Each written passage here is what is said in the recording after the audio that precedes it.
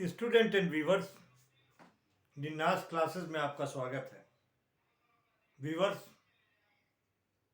यहाँ पर मैं आपको आज protonation and generation of nitrate electrophile के बारे में आपको मैं बताऊंगा,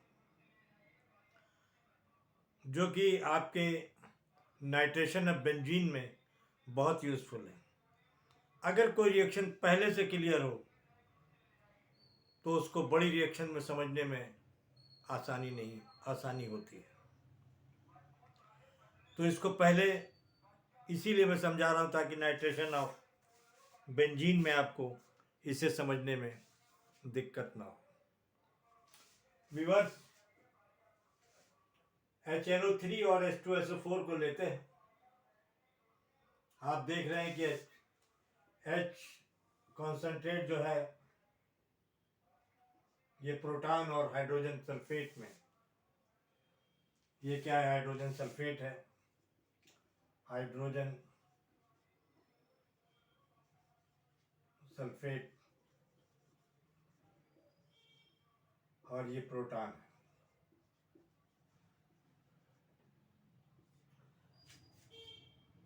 व्यूअर्स, इस प्रोटॉन का इसके साथ लग जाना ही प्रोटोनेशन कहलाता है। इसके साथ HNO3 के OH के साथ लग जाना ही प्रोटोनेशन कहलाता है। लेकिन इस प्रोटोनेशन में प्रोसेस क्या है, ये हमको समझना है कि ये इसके साथ आकर लग गया यहाँ पर, और हाइड्रोजन सल्फेट अलग है। व्यूअर्स, ये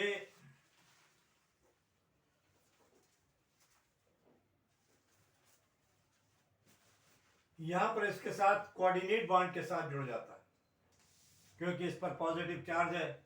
तो ये काय के साथ जुड़ जाता है, इसके साथ जाके कोऑर्डिनेट बॉन्ड के साथ जुड़ जाता है।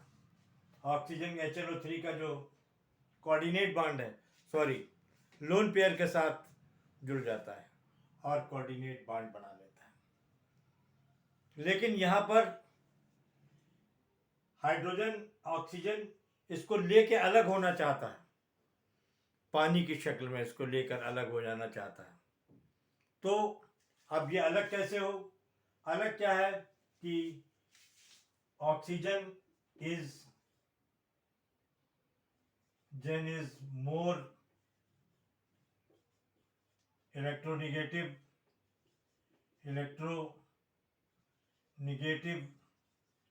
Then nitrogen.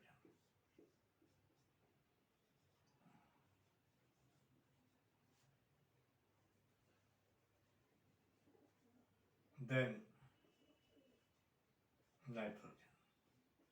नाइट्रोजन से मोर इलेक्ट्रोनेगेटिव है, तो ये इसके इलेक्ट्रॉन अपनी तरफ खींच लेता है, इसके इलेक्ट्रॉन्स को अपनी तरफ खींच लेता है, और इसके इलेक्ट्रॉन को अपनी तरफ खींच लेता है तो इसका पॉजिटिव चार्ज खत्म हो जाता है और ये यहाँ पर से ब्रेक हो जाता है। यहाँ से ब्रेक हो जाता है और ये पानी की शक्ल में आ जाता है, और ये NO, क्योंकि इसके इलेक्ट्रॉन ऑक्सीजन खींच लेता है इसलिए इस पर पॉजिटिव चार्ज हो जाता है और ये बन जाता है, ये इलेक्ट्रोफाइल बन जाता है।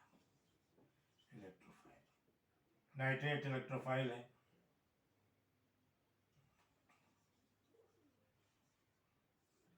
इलेक्ट्रोफाइल बन जाता है।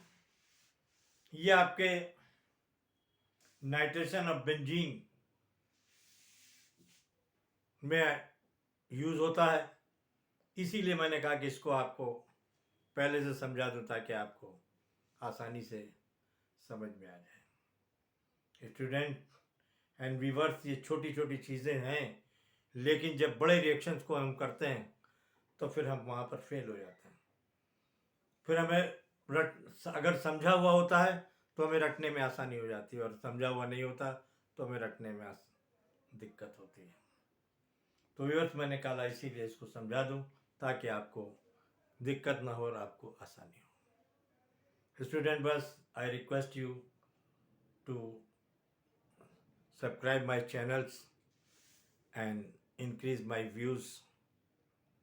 मेरे व्यूज़ बहुत अच्छे आ रहे हैं, स्टूडेंट का रिस्पांस भी बहुत अच्छा मिल रहा है।